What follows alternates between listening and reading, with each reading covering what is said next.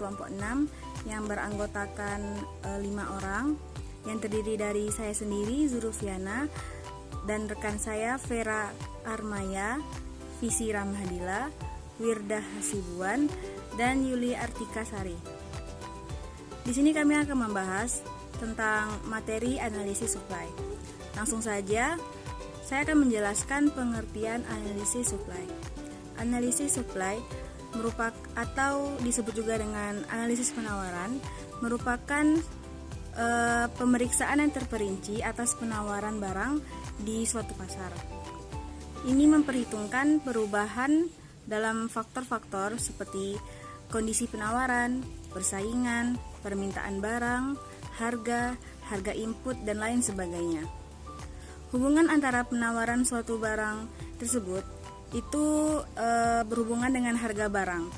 Selanjutnya, untuk poin yang pengertian penawaran, itu akan dibacakan oleh Vera. B. Pengertian penawaran. Penawaran merupakan sejumlah barang dan jasa yang ingin disediakan oleh perusahaan atau produsen untuk dijual pada pasar harga dan periode tertentu.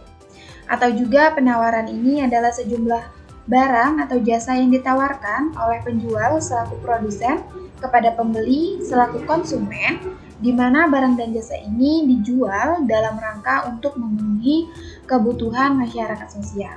Jadi intinya penawaran itu adalah banyak barang yang ditawarkan oleh penjual pada pasar, periode, dan tingkat tertentu. Selanjutnya itu C, hukum penawaran, di mana kita tahu bahwa hukum penawaran itu semakin tinggi harga suatu barang, maka semakin banyak pula barang yang ditawarkan oleh penjual. Sebaliknya, semakin rendah harga suatu barang, maka semakin sedikit pula jumlah barang yang ditawarkan oleh produsen. Hal ini terjadi karena ketika harga sedang tinggi-tingginya, tentu penjual ingin mendapatkan keuntungan yang lebih banyak dari sebelumnya. Akhirnya, penjual ingin menjual lebih banyak barangnya agar mendapatkan keuntungan yang lebih besar. Sebaliknya, saat harga barang turun, maka penjual seolah tidak seambisius dan tidak semangat sebelumnya dalam menawarkan produknya kepada konsumen, dikarenakan mungkin keuntungan yang didapat sedikit dari sebelumnya. Saya, Visi Rahmadila, akan menjelaskan tentang penentu-penentu penawaran.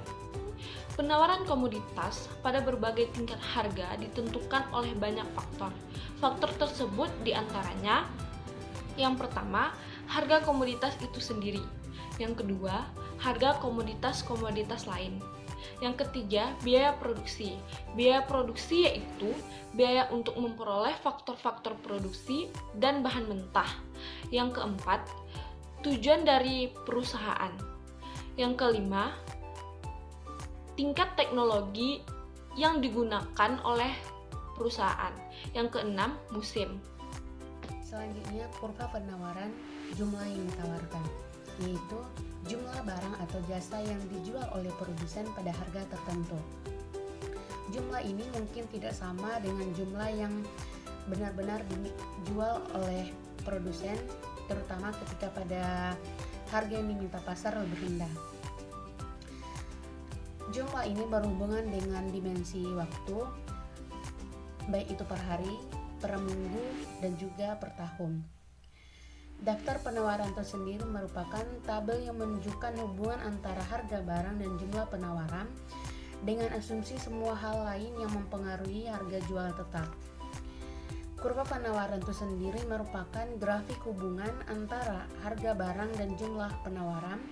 Kurva ini dibuat atas dasar data real mengenai hubungan tingkat harga barang dan jumlah penawaran itu sendiri. Baiklah, materi yang selanjutnya yaitu pergerakan dan pergeseran kurva penawaran. Pergerakan kurva penawaran merupakan pergerakan yang terjadi di sepanjang kurva penawaran yang diakibatkan oleh berubahnya jumlah produk yang ditawarkan produsen sebagai akibat dari perubahan pada harga produk tersebut. Jadi jelas bahwa yang menyebabkan adanya pergerakan di sepanjang kurva penawaran yaitu karena perubahan harga pada produk yang bersangkutan, di mana pergerakan ini sejalan dengan hukum penawaran, yaitu ketika harga barang naik, maka jumlah barang yang ditawarkan akan bertambah, sehingga titik pada kurva penawaran akan bergerak ke kanan. Contohnya yaitu kenaikan pada harga beras yang akan menyebabkan bertambahnya jumlah beras yang ditawarkan. Jadi dapat kita pahami bahwa perubahan pada harga suatu produk akan menyebabkan perubahan pada jumlah produk yang ditawarkan. Lalu pergeseran kurva penawaran. Selain pergerakan, kurva penawaran juga bisa mengalami pergeseran baik ke kanan maupun ke kiri. Di mana pergeseran ini terjadi karena berubahnya jumlah produk yang ditawarkan produsen sebagai akibat dari berbagai faktor. Di mana berbagai faktor itu kecuali faktor harga produk tersebut.